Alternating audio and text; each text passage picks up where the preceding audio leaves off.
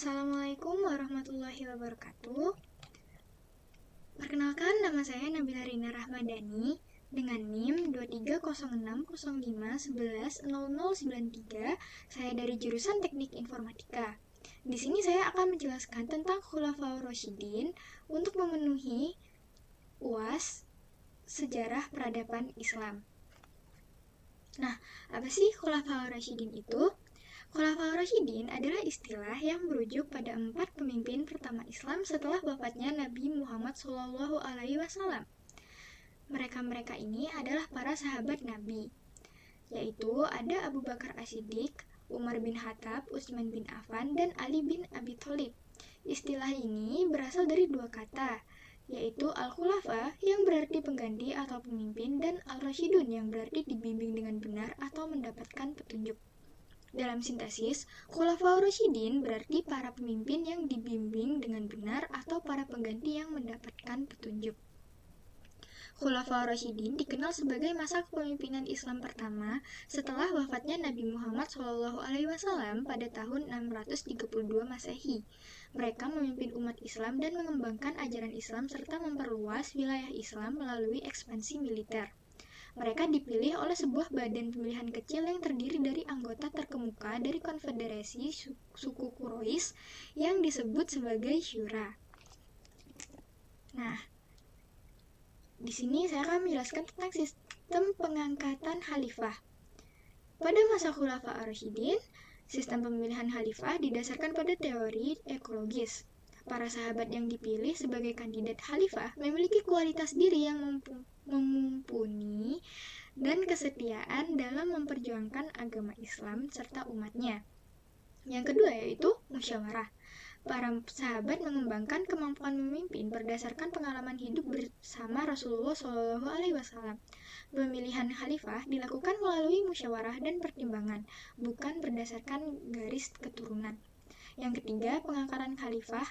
Sebagai contoh, Abu Bakar As-Siddiq diangkat menjadi khalifah pertama atas dasar pemufakatan dan musyawarah para pemuka kaum muslimin, tanpa ada penunjukan dari Rasulullah SAW. Di sini kita masuk pada penjelasan tentang kepribadian para Khulafaur Rasyidin. Yang pertama yaitu ada Abu Bakar As-Siddiq. Abu Bakar As-Siddiq ini adalah khalifah pertama dalam sejarah Islam yang dikenal karena kepribadiannya yang luar biasa dan integritas moral yang tinggi. Beliau adalah sahabat dekat Nabi Muhammad SAW dan salah satu dari 10 orang yang dijamin masuk surga oleh Nabi. Abu Bakar dikenal karena kelembutannya, kerendahan hatinya, dan keteguhan imannya.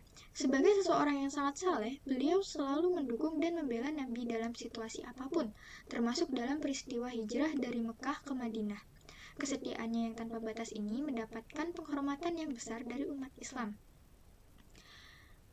Abu Bakar As-Siddiq ini jujur dan baik hati, sehingga mendapatkan gelar As-Siddiq yang berarti orang yang jujur dan membenarkan Rasulullah SAW. Ia dikenal sebagai sosok yang jujur, baik hati, dan rela berkorban demi sahabat-sahabatnya. Yang kedua, Abu Bakar dikenal sebagai pemimpin yang santun dan bijaksana, namun tetap tegas dan teguh memegang prinsip.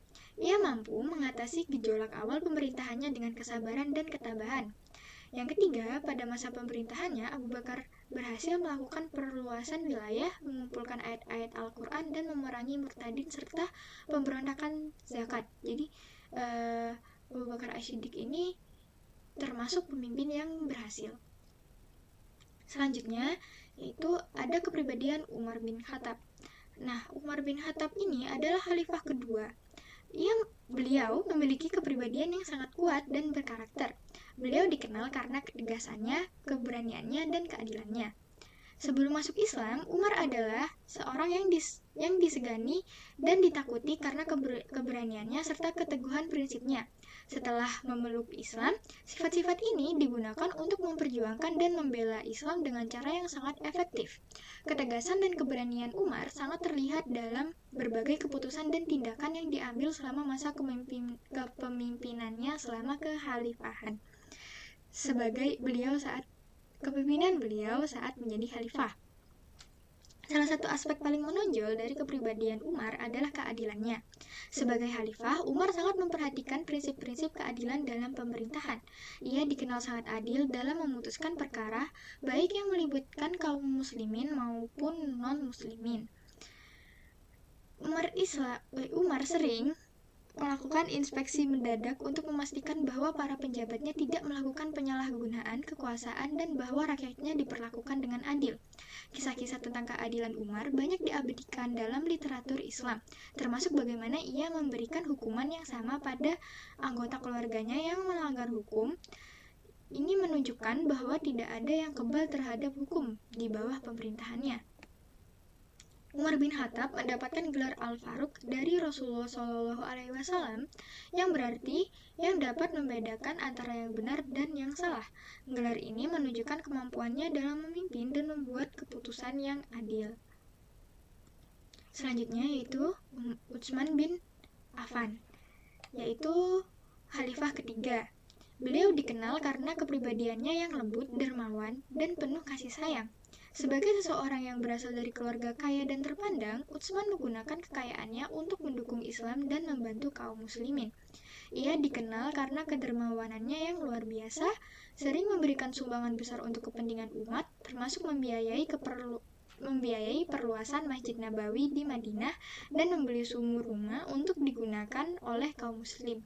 Kedermawanannya ini tidak hanya terbatas pada masa kekhalifahan, tetapi sudah terlihat sejak awal ia memeluk Islam. Meskipun dikenal sebagai pemimpin yang ramah dan sabar, Utsman bin Affan akhirnya mengalami penganiayaan dan terbunuh pada akhir masa kepemimpinannya. Selanjutnya ada Ali bin Abi Thalib, yaitu khalifah keempat dalam sejarah Islam. Beliau dikenal karena kepribadiannya yang luar biasa, mencakup keberanian, kebijaksanaan, dan ketakwaan yang mendalam. Beliau adalah sepupu sekaligus menantu Nabi Muhammad SAW, dan ia termasuk orang pertama yang memeluk Islam. Sejak muda, beliau menunjukkan keberanian dan kekuatan fisik yang luar biasa, yang sering digunakan untuk membela Islam dalam berbagai pertempuran, seperti dalam Perang Badar dan Perang Uhud. Selain keberaniannya di medan perang ini membuatnya dijuluki Asadullah atau Singa Allah. Selain keberanian, Ali juga dikenal karena kebijaksanaannya yang mendalam. Ia sering diminta nasihat oleh Nabi Muhammad SAW dan para sahabat lainnya dalam berbagai masalah. Ali memiliki pemahaman yang sangat baik tentang Al-Quran dan ajaran Islam, dan banyak ucapannya yang bijaksana diabadikan dalam literatur Islam. Sebagai seorang hakim, Ali terkenal karena keadilannya dan kemampuannya untuk memberikan keputusan yang bijaksana dan adil. Kecerdasannya dan kefasihannya dalam berbicara membuatnya dihormati sebagai salah satu tokoh yang paling berpengaruh dalam sejarah Islam. Selanjutnya, membahas tentang perluasan wilayah pada masa Khulafaur Ar-Rasyidin. Pada saat Abu Bakar As-Siddiq memimpin menjadi khalifah, Abu Bakar menghadapi pemberontakan internal dalam bentuk gerakan murtad dan para nabi palsu. Setelah menumpas pemberontakan ini, Abu Bakar memulai ekspansi keluar Arab. Pasukannya menginvasi sebagian wilayah Irak dan Suriah yang saat itu dikuasai oleh Kekaisaran Persia dan Bizantium. Yang kedua, pada saat kekhalifahan Umar bin Khattab, ekspansi Islam mengalami percepatan yang signifikan.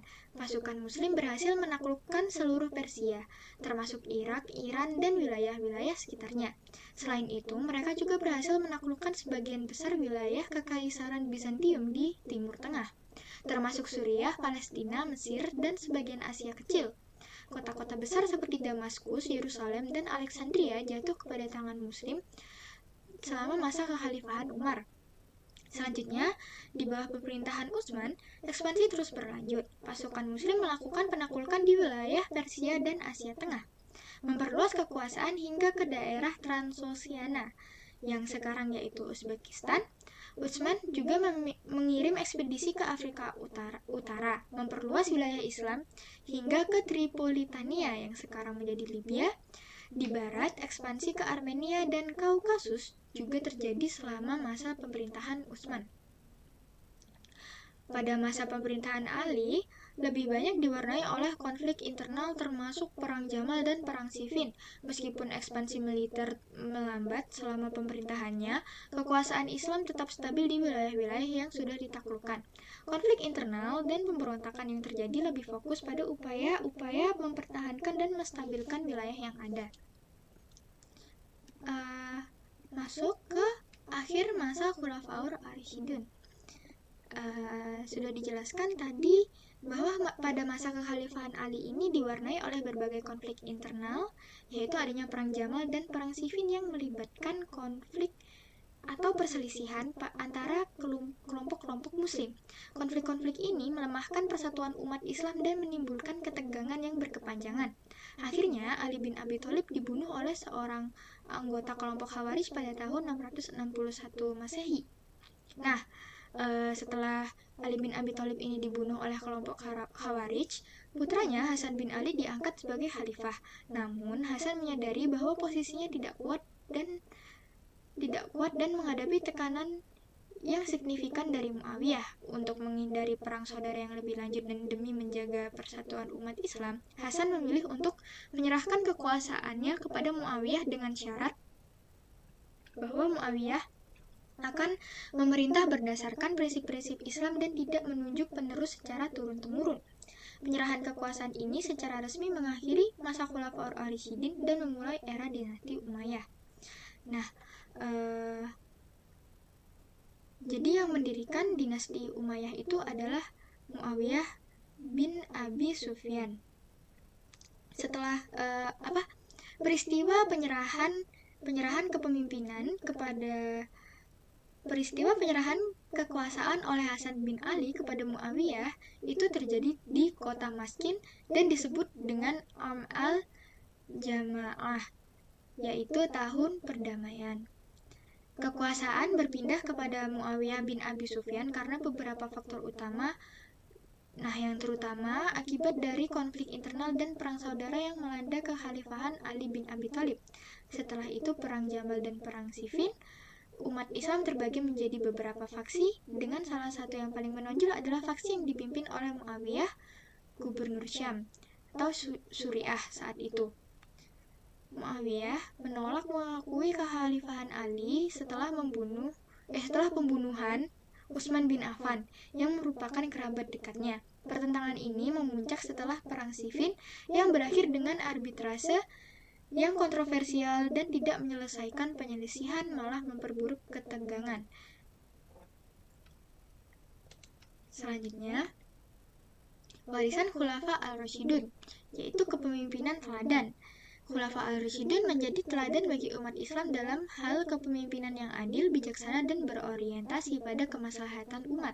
Yang kedua yaitu penegakan keadilan. Mereka berhasil menegakkan keadilan dan menciptakan kehidupan yang damai, aman, dan makmur bagi umat Islam. Yang ketiga yaitu perkembangan Islam. Masa kepemimpinan Khulafa al-Rasyidun menjadi tonggak penting dalam perkembangan dan penyebaran agama Islam di seluruh dunia. Sekian dari saya, mohon maaf apabila ada salah kata. Wassalamualaikum warahmatullahi wabarakatuh.